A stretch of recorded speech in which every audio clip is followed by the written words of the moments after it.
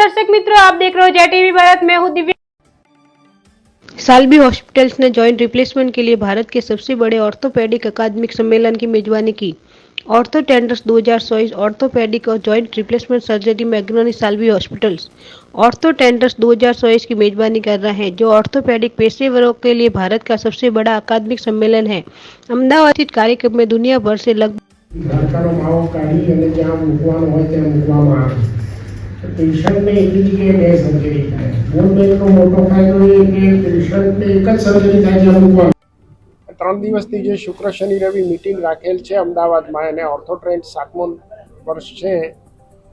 એમાં America, Europe અને આફ્રિકાથી અને નેપાળથી લોકો આવેલા છે. અને આમાં નવી ટેકનોલોજી, નવી ટેકનિક, નવા ઇન્સ્ટ્રુમેન્ટેશનની ચર્ચા થઈ છે. અને સાદા કેટલા સારા ચાલે, કેટલી વધારે મૂવમેન્ટ મળે અને કેટલા લાંબા ચાલે એના વિશે ચર્ચા વિચારણા થઈ છે.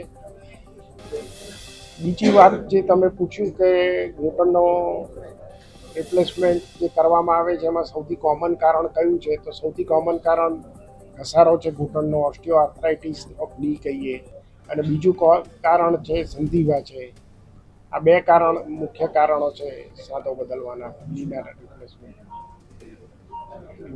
સર, કેટલી એજ સુધીમાં આનો સાંધાના જે ઓપરેશન કરી શકાય છે એનાથી, અને એનાથી ફાયદા કેટલા છે? 18-20 વર્ષથી માંડીને ગમે તે ઉંમર સુધી ઓપરેશન કરી શકાય. બને ત્યાં સુધી 50-55 પછી આ ઓપરેશન કરવામાં આવતું હોય છે.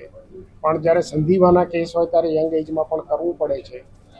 વધતી ઉંમર, મોટી ઉંમરમાં કઈ ઉંમરે કરી શકાય, તો અમે એ નથી જોતા કેટલા થયા, અમે એ જોઈએ છે કે કેટલા બાકી છે.